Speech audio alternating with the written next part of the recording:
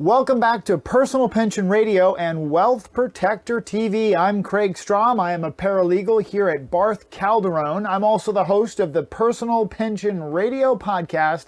This is episode 258. This is going to be a quick take, and I call it a false sense of security.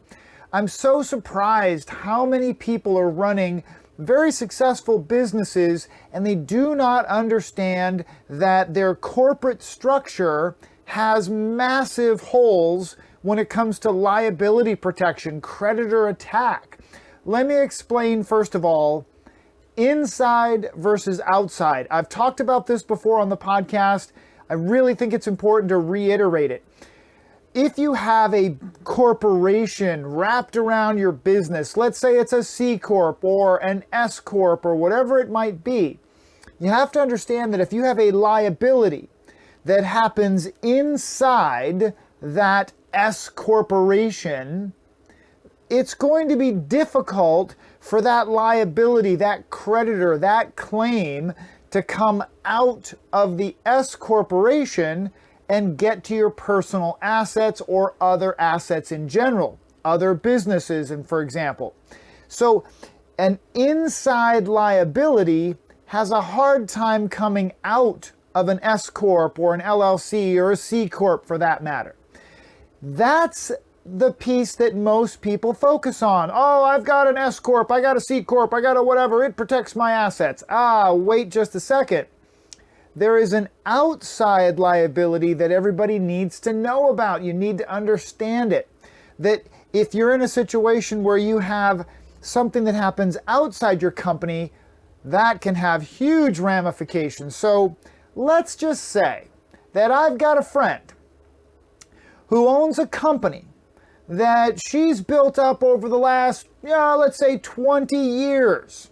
She and her husband work closely together in the business, and they're a classic example of the American overnight success story. It just took them 7,300 nights, and whammo, they are an overnight success.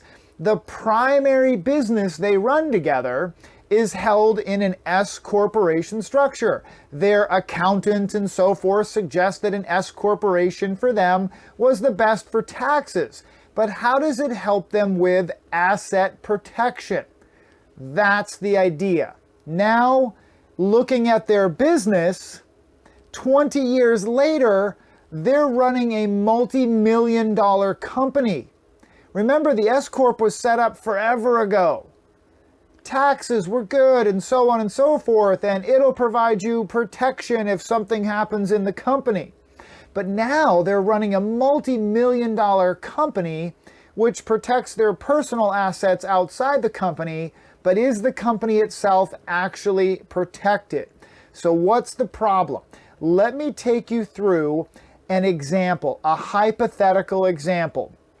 Let's say that the husband is driving his car up to their mountain house because over the years they've built up some personal assets, some toys, a vacation home up north, a vacation home in the mountains, a primary residence.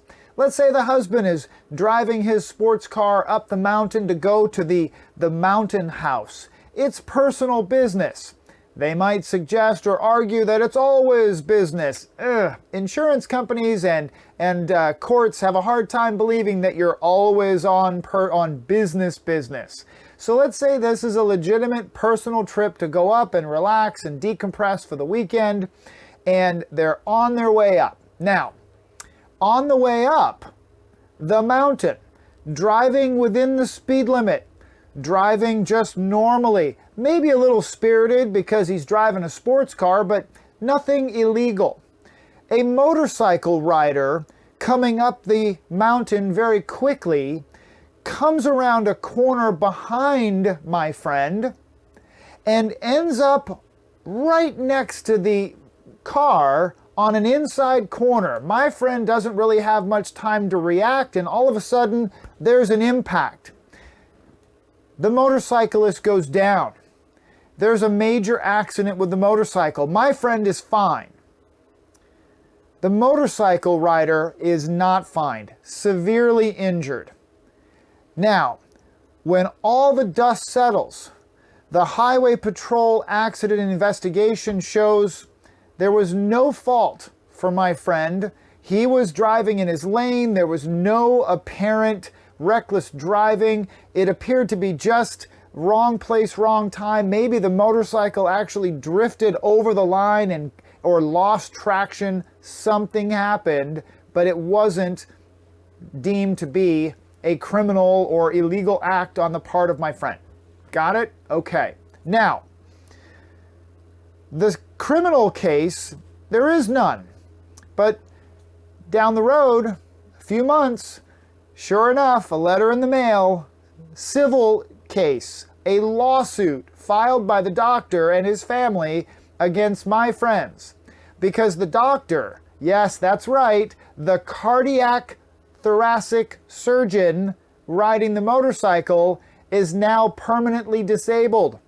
In his 50s, 53 years old, he can't work anymore as a cardiac surgeon. The accident investigation, again, remember, clearly said it wasn't my friend's fault. Not at all. Okay, no speeding, no apparent cutting of lanes, none of that. But here's how it works. A civil case brought by this doctor, judgment in favor of plaintiff. That's right, judgment in favor of plaintiff. Because civil court is very different than any kind of a criminal case. So now we've got a judgment. This doctor who can't work for the rest of his life lost so much income, the judgment is $5 million. Now, my friend has umbrella liability insurance, tries to claim that he was on business, but his insurance company says, yeah, I don't know. How do you prove that you were on business? You were in a personal car. What were you doing? It might be difficult to get that to cover, but even if they get the $2 million umbrella coverage from personal or work insurance, there's still $3 million of judgment out there. What are we going to do with that, right? There's $3 million of judgment. Well, that's okay, because if I have a judgment against someone, my lawyers can go after assets they own. And who owns the stock of the Golden Goose, the cash cow, the big S-Corp? That's right, my friend and her husband, they own the shares of the S-Corp. What could a court say? A court could say, you got to hand over $3 million worth of those shares to the doctor and his family. Now who owns the company? That's right, the doctor. The S Corporation did not, in this case, protect from outside-in liability. That's the important piece here, folks. You've got to have inside-out and outside-in liability protection, and oftentimes a basic S Corporation doesn't do it. That's where the right use of LLCs, multi-member LLCs in the proper jurisdiction with the right membership and the right structure. And it just so happens that the team here at Barth Calderon, second to none when it comes to putting together asset protected entities that are essentially bulletproof. That would be a situation that would be virtually impossible to then get control of that company's stock. I'm Kraig Strom. I am a paralegal here at Barth Calderon.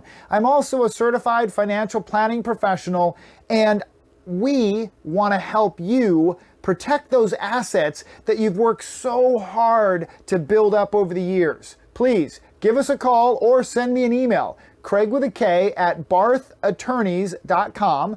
Kraig with a K at barthattorneys.com, or click the link in the YouTube video that you're watching right now, or send an email back on the blog that you received wherever you're seeing this message. Don't delay. Make sure that you get your complimentary asset protection review today. Take care, folks.